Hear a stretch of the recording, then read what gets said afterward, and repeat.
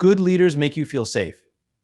This is one of the most important lessons I've learned about leadership, and it's not something we hear enough about in business, in life, or in any of our organizations.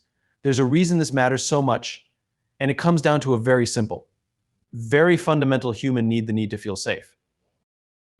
We are social animals, and our biology is designed to protect us from the outside dangers of the world, but for us to thrive, for us to grow, to be creative, to innovate, and to take risks, we need to feel safe from the dangers that exist inside our organizations.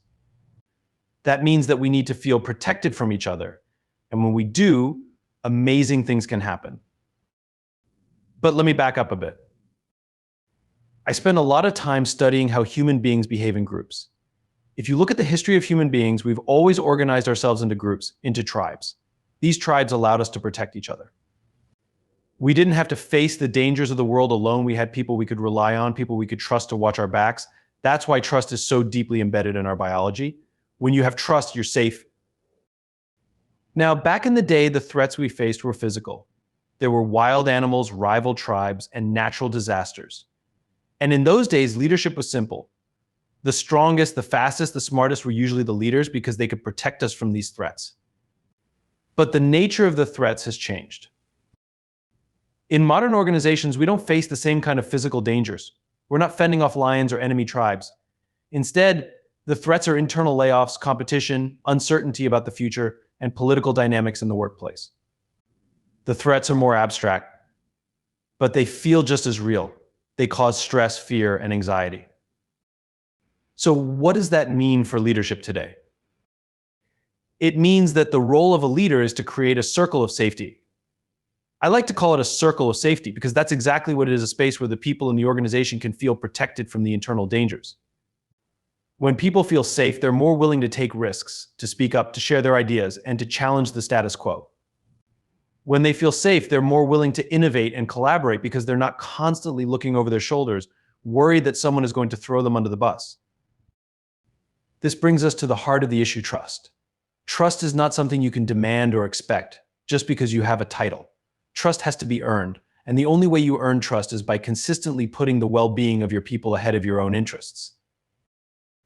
You see, when you have a strong leader, it's not just that people like them or respect them. They trust them. They trust them. They trust them because they know the leader has their best interests at heart. They know that in tough times, the leader will protect them. And in return, they will go above and beyond to make sure the organization succeeds. One of the best examples of this comes from a story I love about a company called Barry Wehmiller, a manufacturing company. When the recession hit in 2008, they had to figure out a way to save $10 million.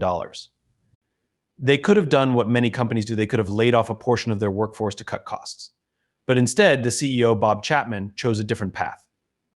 He said, "We're not going to lay anyone off." Instead, they implemented a furlough program where every employee, from the CEO to the janitor, took 4 weeks of unpaid leave. They called it shared sacrifice. Now, that's a perfect example of leadership. When the chips are down, great leaders take responsibility and make sacrifices themselves before asking others to do the same. And you know what happened? The employees responded. They felt safe and they looked out for each other. Some even volunteered to take more unpaid leave so their colleagues who needed the paycheck could take less. That's the power of creating a circle of safety. When people feel protected, they'll do extraordinary things for you, for the company, for each other. Contrast that with organizations where leaders don't create that sense of safety. In those places, people are more concerned with protecting themselves than with contributing to the group. They'll withhold information, they won't collaborate, and they'll do whatever they can to avoid being the one who gets blamed when things go wrong. It becomes a culture of fear, and fear is the enemy of innovation and progress. Now, let's talk about what leadership really means. Leadership is not about being in charge. It's not about having authority or power over others. Leadership is about taking care of the people in your charge. I think we've lost sight of that in many of our organizations today. Too many leaders see their role as being the one to make the decisions, to set the direction, and to control the resources. But the true role of a leader is to take responsibility for the well-being of the people they lead. It's easy to be a leader when things are going well, but true leadership shows up when things are tough. When the company is under pressure, when resources are scarce, when competition is fierce, that's when the real leaders emerge. The ones who step up and say, "I've got your back. I'll protect you. We're in this together." And here's something really important: leadership is a choice, not a rank. You don't need to have a formal title to be a leader. Leadership is about how you show up for the people around you. Are you someone they can trust? Are you someone who puts the needs of others ahead of your own? Are you someone who creates a sense of safety in your team or your organization? If you are, then you're a leader regardless of your job title. I often get asked, how do we create a culture of trust? How do we make people feel safe? The answer is simple, but it's not easy. It takes time, consistency, and genuine care for the well-being of others. First, it starts with empathy. Leaders who care about their people genuinely ask, how are you, and mean it. They take the time to listen and understand what their team is going through. It's not about pretending to care, it's about actually caring. Second, leaders need to take responsibility. When things go wrong, and they will, it's the leader's job to take ownership and shield their team from the fallout. This builds trust. When the team knows that the leader has their back, they're more willing to take risks and step up. Third, leaders need to model the behavior they want to see. If you want your people to collaborate, to share, to innovate, you have to do those things yourself. If you want them to make sacrifices for the greater good, you have to make those sacrifices first. And finally, leaders need to be patient. Building a culture of trust and safety doesn't happen overnight. It takes time, and it requires consistent, authentic leadership. You can't just announce one day that you're going to be a leader who cares about your people and expect them to immediately trust you. Trust is built one act at a time.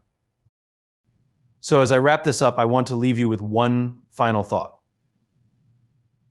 The true measure of leadership is not how many people work for you, it's how many people you're willing to serve.